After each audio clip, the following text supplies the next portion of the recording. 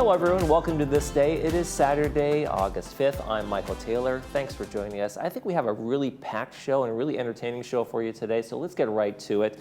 We are going to be talking to Kay Havens from the El Toro Water District, and she's going to be telling us about all the water we got over the big rain season we had and how we're saving it, how it's going to be used here in our area, but what we still need to do about conservation, how we pay for water, how we get it, and all of the things that we can do to make ourselves be water wise. And also, a great conversation I had with Doug Starks. He is a member of a Rat Pack show called The Chairman and the Board. He plays Sammy Davis Jr. He's a resident down here, and he is a really lively guy. Had a great conversation with him, and you guys are going to enjoy that one too. We want to tell you about some of the meetings we have coming up, and it's on the business plan review. And Stay Informed is going to be all about the reports that the GRF, United and Third are telling us about. August 7th, August 9th, and August 10th. Make sure you get out there and see what the business plan reviews are all about. They want your input. They want you to hear about what's going on with all of those organizations.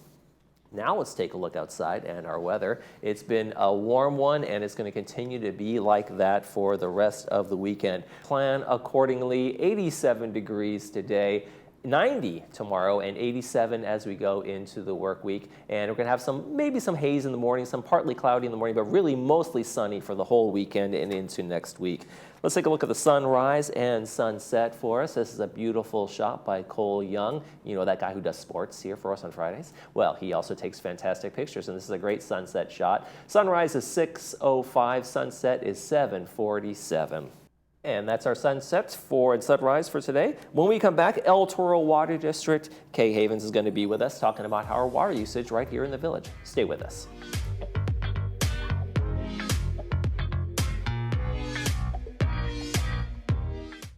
I'm so happy to recommend Dr. Fairman. I've been going to her for 9 years. She's done implants, crowns, bridges, root canals, and I've been happy with everything that she's done. The staff is so friendly and pleasant, kind, and gentle. I would recommend her to anyone.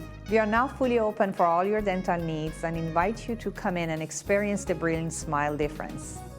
We are close to Gate 6 near Snooty Fox Restaurant behind Coco's.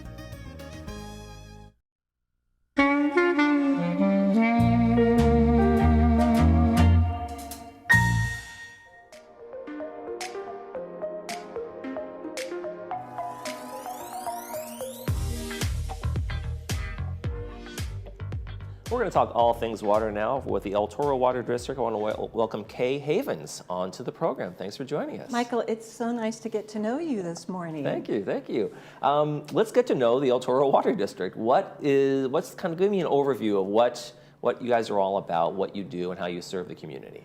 Well, we serve actually 5 cities, but the biggest customer for us is Laguna Woods Village. But around us, we also serve Lake Forest, Laguna Hills, Mission Viejo, Aliso Viejo, and as I said, all of Laguna Woods. So our district is kind of a funny shape. It's got a long panhandle. Were you gerrymandering this district? It actually goes back to the days of when there was ranching and the way the water rights, were all kind of divvied up back then. So Cortese, took over a system that was made kind of for Laguna Woods, and then as things were backfilled and infilled, it kind of ended up this very unique shape. Yeah, and people forget that this Orange County was, cattle, farm fields, and orange trees and lemon trees, and it was just the irrigation. A lot of the water was just going to farms, and it stops right here and pour into a field. And even these days, 90% of the water in California is used by agriculture. Not counting all the surface water that goes to the environment, but the water that's in the system. So where do we get our water? Actually, let's go, we did the overview. Where do we get our water? How do we get it in here? For our district, 100% of the water is from other areas. So the water that we get from the state actually comes from Northern California and is piped all the way down through the state water project.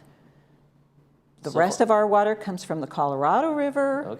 And both of those systems are very highly impacted by the climate change that we're seeing. Okay. The ground is getting hotter.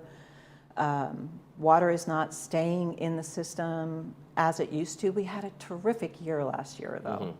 Yeah, right. So at least this year, this coming year, probably won't be as impactful in terms of the drought, the shortages and where we're getting our water. But the South County, for people to know, we have this clay soil, and it really doesn't hold groundwater, right? That's one of the challenges for us. Well, for you live south of the 5, there are very few what are called groundwater basins. If you're north of the 5, you have a terrific groundwater basin that serves most of Orange County. So they have a very resilient supply because they can treat their wastewater to an extremely high, almost molecular level, pump it up to Anaheim, and then it can percolate back into the ground field and come back to that region of Orange County. We do not have a straw into that well, so 100% of our water comes from the State Water Project or the Colorado River. Okay. So let's talk about some of the El Toro Water District services in general, what you guys provide, how the services work here for all of us. So we have over 170 miles of pipeline for just our drinking water alone. And we have 6 reservoirs that we pull from, 8 pump stations. And because of the different elevations, especially within Laguna Woods, if you think of Gate 14, it's very high. We have a very complex system that we need very specialized staff to work. So, and we have a state certified lab on site.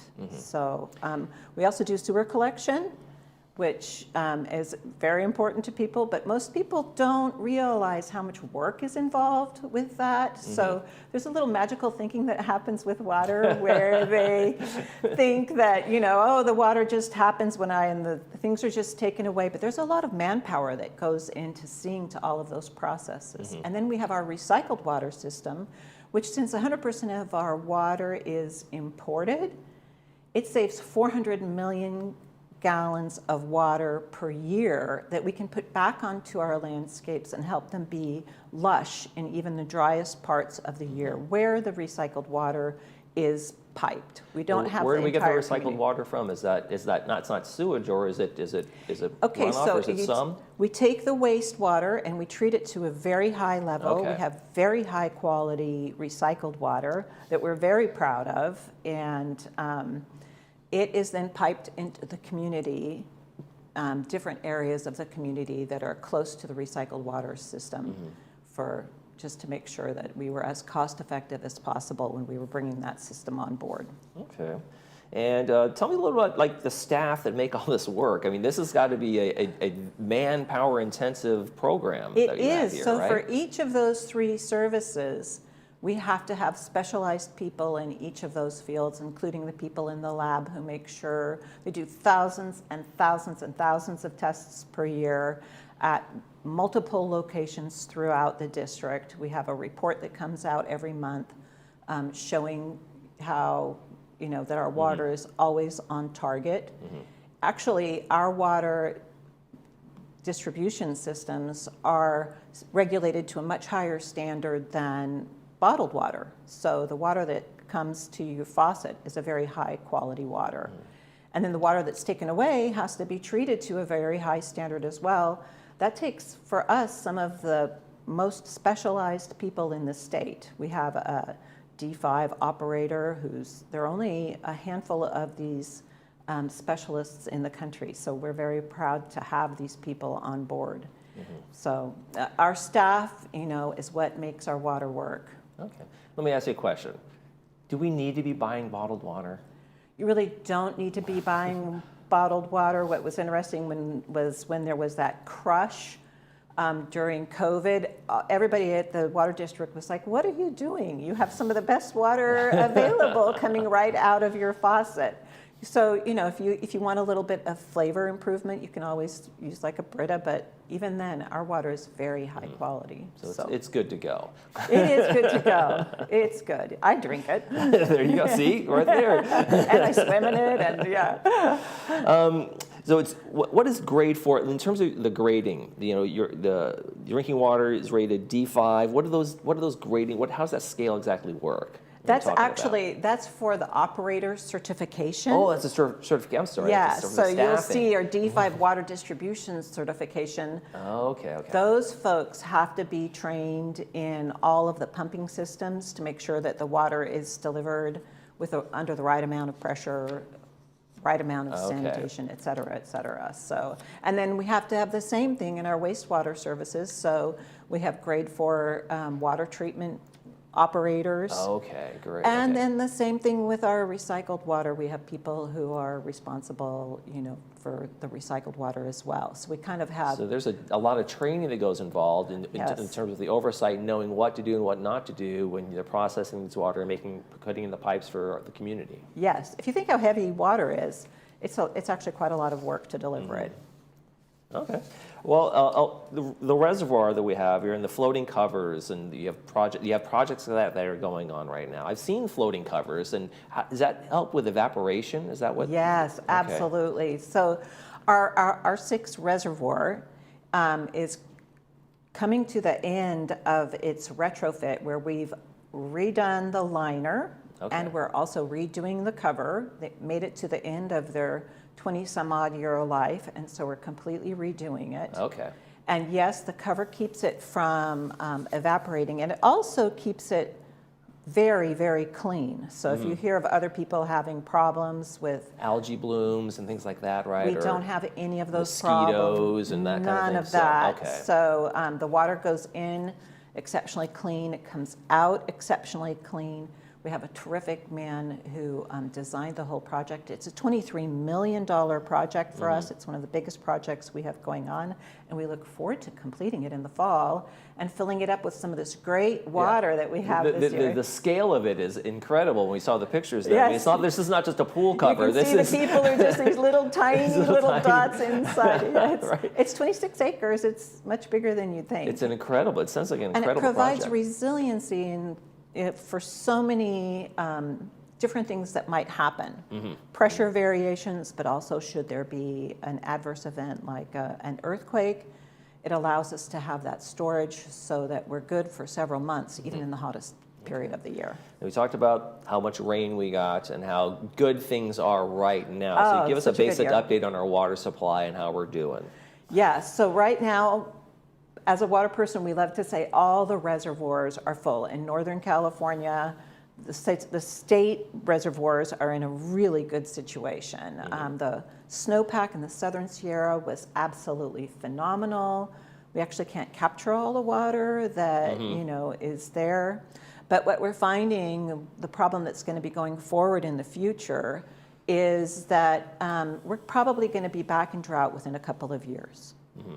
What happens is in Southern California, we have kind of a normal-ish cycle where we have 5 to 7 years dry, and then we have a couple of years that are wet and wetter. The 5 to 7 years that are dry and drier.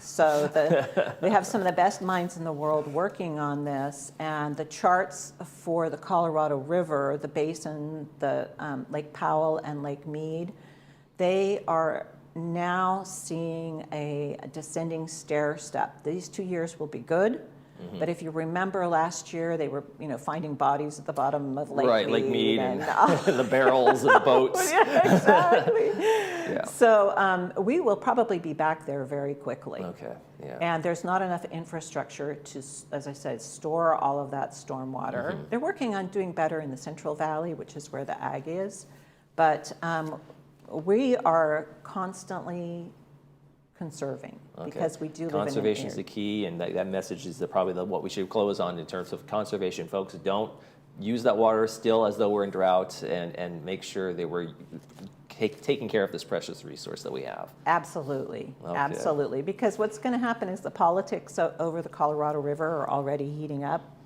and so our allocations are already seeing a shift. So water will be drying up within probably 3 years. So that's the way it goes around here. That's the way it goes for us. Kay Havens, El Toro Water District, thank you so much for joining us. It was a pleasure to meet you, Michael. Thank you. Stay with us.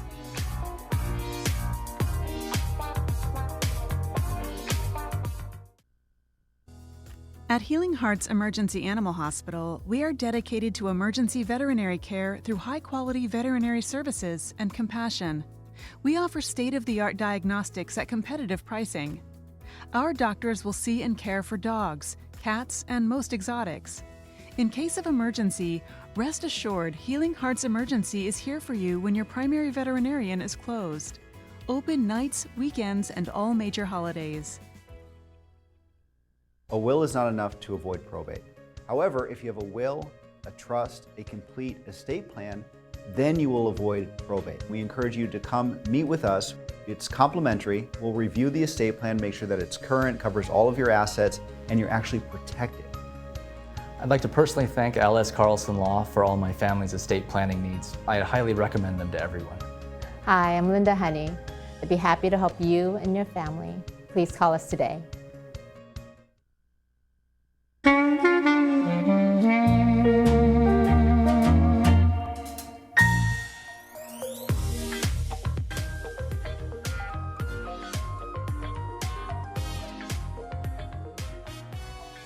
Welcome back to This Day. We're going to jump right into some Rat Pack stuff, right? Doug Starks, he's a board member from chairman and the board of Rat Pack Tribute Band. Yes. And tell me a little bit about the Rat Pack Tribute Band. And Well, there's a lot of them out there, right? There are. We call this the ultimate Rat Pack ultimate. tribute. And the reason being is that we don't just perform the music. We actually have a multimedia narrative that runs within the show that speaks about their relationships, some of their trials and triumphs, and why they still are a major influence so many decades later. Wow. And we're the only show that has been permitted to use rare photographs and actual video footage of the Rat Pack. Now, I saw some of the clips, and they're very interesting. Some stuff that I've never seen before.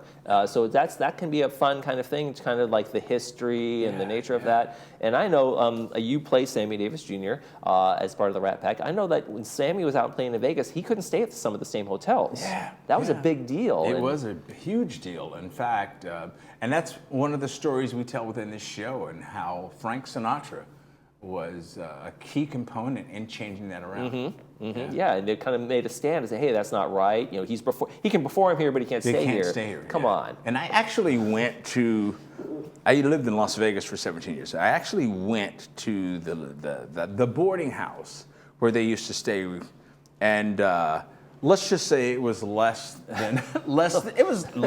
than Yeah. You know, It's a roadside motel, steeply discounted, extremely economy lounge. Yeah, exactly. Yeah. So you lived, like you said, you lived out in Vegas for 17 years. Yeah. You're obviously a major fan. Did you ever get a chance to meet any of the Rat Packers? I met Dean Martin. Okay. I actually met Sammy Davis and got to spend time with him. It was amazing. A friend of mine, a mutual friend named Jack Sheldon, who used to be Merv Griffin's band leader and also did the ABC's Schoolhouse Rock. Junction, what's your function? How fun is that? So he facilitated an introduction, and we just kind of hit it off, and he gave me a number, and he says, I live in LA. And I said, I do too. And he goes, well, hey, if you ever want to talk again, give me a call. And it was the residence number, and I remember calling it. And the lady answered and said, Davis residence, and I hung up. This is before caller ID, right? And then I waited like 3 days, like they were gonna know it was me calling again. But yeah, it was his number, and he invited me to the house. And so I've been to his house. He loved to cook. What a great experience. Yeah. Just to be able to be around that kind of like, in that story you can tell for, you'll have that memory of that. And so many people would have loved to have had that experience. Yeah. And he was the same in his living room as he was on stage. Very consistent.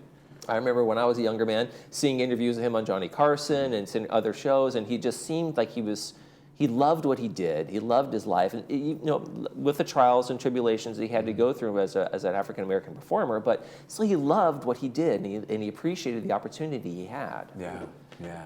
I think he was truly all of them were.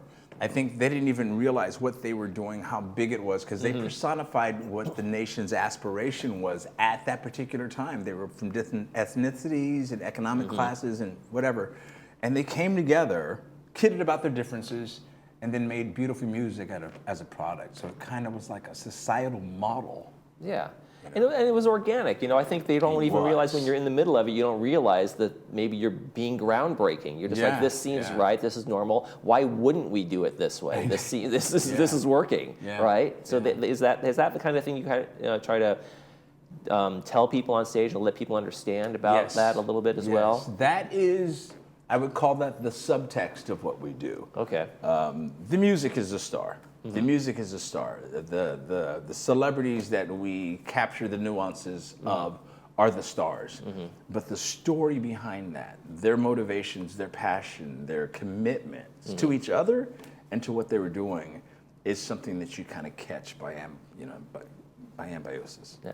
Now, of all the band members, Sammy was the biggest showman. We'll say that for sure in terms of how he did the performance on the stage. The hat, you brought some props, and do you bring that showmanship? I do. In fact, we're going to be at the Coach House Concert Hall August 13th. Right. They have a carpeted stage. I'm a tap dancer. I studied tap from a guy named Henry Latang who taught Gregory Hines. So I'm thinking about going out on the tables and tapping. Can you bring one of those boards out and lay it down on the carpet? You know how they do that sometimes? Yeah, you can, but they move. Oh, yeah, they slide around a little bit. A dance shuffle could turn into like a carpet surfing. Yeah, then you're on crutches the rest of the show. We don't want that. Exactly. Like, ow, babe. Ow, man. And so, why would audiences want to come to these tribute shows? What is it about your show that makes it like, hey, this is more than a tribute show? Yeah. You talked a little bit about the history already a little bit too. Yeah. If you don't know about the Rat Pack, it gives you something beyond the obvious to know about them, to where when you listen to them, you get to appreciate the experience a little more because it's a little more in depth. It's not just the superficial, hey, these guys were famous and they sang. You get to appreciate their interaction with each other. Right. And we have a fantastic cast. I have to say, our show has a Marilyn Monroe in it. She was an underspoken icon as well. A lot of people don't know a lot of things about Marilyn Monroe, and the woman who plays Marilyn on our show is named Nicolette Holman, and she's amazing. You'll love it. Okay. And it wasn't just that they were on the stage performing. These guys were friends. They hung out. They made movies together. Robin and the Seven Hoods, Ocean's 11, some famous movies out there. So it's like they kind of were created this almost like this little group of like we're this entertainment unit. Yes. Right? They were their own production and music and film and shows. It was almost reality TV, really, because that's the way that they interacted with each other. Yeah. And how are we going to make this work together? And it seemed like they were that camaraderie really carried over to a lot of things. If this is working here, why don't we do this in movies? Why don't we do this in a lot of places? I think you stated it perfectly. Organic. It was just organic. Never since then has there been a group of celebrities that could emulate what they did organically. It hasn't happened. Right. Absolutely, yeah. That's one of those things that kind of stuck there in time, like the Beatles and the Brat Pack and those kinds of things. There'll never be another one of those out there. People can try, but it doesn't quite work out, right? Although we come real close, folks. Exactly. I'm only saying that because it's true. The next best thing, if you never got to see these, is going out to that show. You've been living in the village for a little while. How do you like it? I've been living in the village for about 3 months, and I love it. It's such a sense of community, and I'm meeting new people all the time. My neighbors are absolutely fabulous. Shout out to the hood. And I have people knocking on my door introducing themselves to me. I said, my name is Doug, and then later in the day, I think they would misquote my name and call me Darius. And I go, Darius? Darius again, right? No, but it's been wonderful.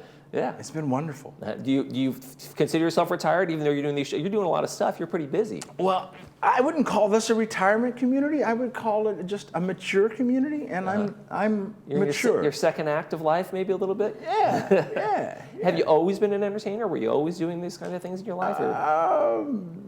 Not professionally. As a child, I was an entertainer. I mean, I sang in churches and played music. But this has been my only true profession. I've had jobs, but this has been the only thing that I've ever considered as a profession. Okay. Yeah, and I've done this for Years. You know what? I'll tell you, you're more than one person has come on here. Just own it, you know? You've been doing this a while. I'm 63 years old. There you go. And I make it look good. I always find it funny that people shy away from their experience. And like, I have decades of this, you know, under my belt. I have something to say. And so that's one of the things I think people that go to your shows can appreciate, that you remember, you've met the people, and you have that experience that you bring to the show. You're not just some 20-year-old kid trying to do a Sammy Davis Jr. song, right? Right. Yeah, I'm constantly having experiences due to my maturity, like sleep injuries. There's an experience for you.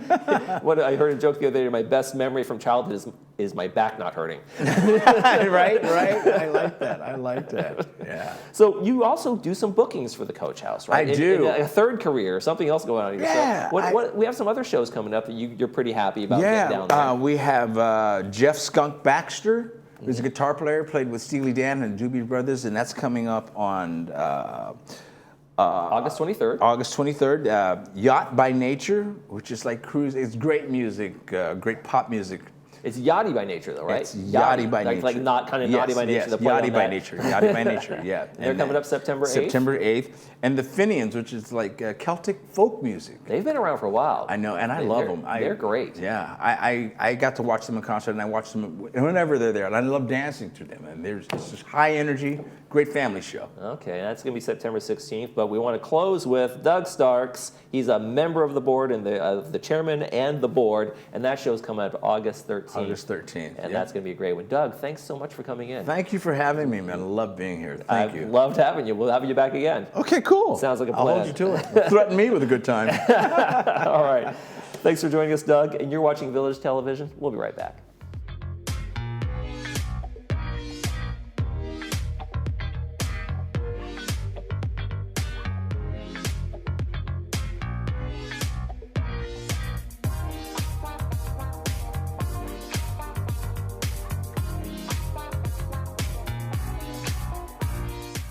Welcome to Harvard Eye Associates. We're focused on your eye care at all 3 of our Orange County locations. Our new location in Laguna Hills, Orange, and San Clemente. Each facility features the latest in advanced technology and diagnostic equipment. And a trusted collection of doctors that care about your vision and your quality of life. We deliver what matters to you and your family. Harvard Eye Associates, the future of vision today.